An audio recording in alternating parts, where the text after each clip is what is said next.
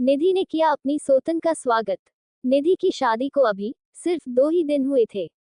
चारों ओर खुशियों का माहौल था। हर कोई दुल्हन को हंसी मजाक में व्यस्त रखने की कोशिश कर रहा था, ताकि उसे मायके की याद न सताए। नए परिवार में हर कोई उसे खुश रखने की कोशिश कर रहा था। कभी कोई आकर उसे छेड़ जाता, तो कभी कोई प्यार से उसकी तारीफ करता। इन सभी के बीच निधि के पति विकास भी उसकी खुशी का पूरा ख्याल रख रहे थे। वे बड़े मजाकिया स्वभाव के थे और अक्सर निधि के साथ मजाक करते रहते थे। जब भी निधि विकास से अकेले में मिली थी, विकास ने उसकी तारीफों के पुल बांधे थे। निधि को लगने लगा था कि उसकी शादी का जीवन एक खूबसूरत सपने जैसा होगा। लेकिन इस खुशहाल माहौल में एक बात निधि को अंदर ही अंदर परेशान कर रही थी। विकास ने अपने पहले प्यार पारो के बारे में बात की थी। पहली बार जब विकास ने पारो का जिक्र किया, तो वह हंसते हुए बोले थे, पारो बहुत खास है। उसे सब बहुत पसंद करते हैं और वह 2 दिन बाद यहाँ आ रही है। शादी पर तो नहीं आ पाई, लेकिन अब आ रही है।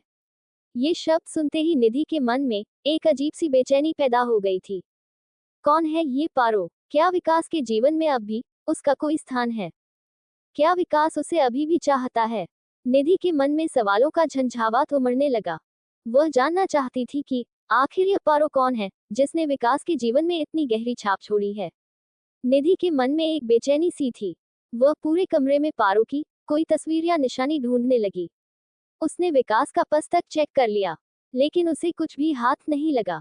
इन 2 दिनों में कैसे कैसे ख्याल निधि के मन में आए, ये सिर्फ वही जानती थी।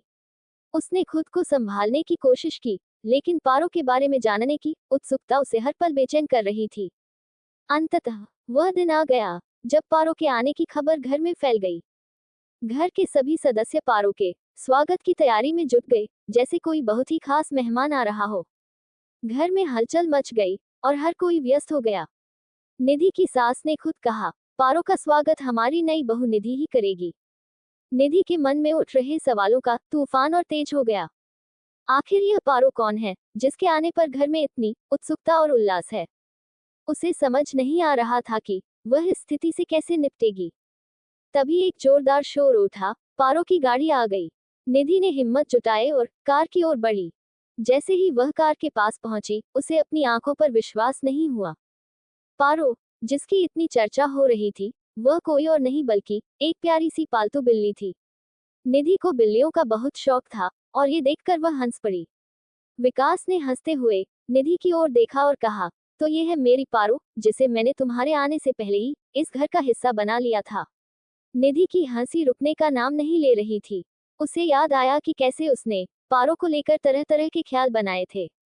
उसने विकास की ओर देखा और मुस्कुराते हुए कहा, मैं तो समझी थी कि आपकी जिंदगी में कोई और लड़की है। विकास ने मजाकिया अंदाज में जवाब दिया, लड़की तो एक ही है, और वह हो तुम, निधि जी। दोनों हंसने लगे और पूरे घर में खुशी की लहर दौड़ गई। सभी ने पारो का स्वागत किया, जैसे वह घर का एक महत्वपूर्ण सदस्य हो। निधि ने राहत की सांस ली और महसूस किया कि उसकी शादीशुदा जिंदगी वास्तव में एक खूबसूरत सफर होगी, जिसमें हंसी, प्यार और विश्वास का स्थान सबसे ऊपर होगा। और ये कहानी यही समाप्त होती है। धन्यवाद।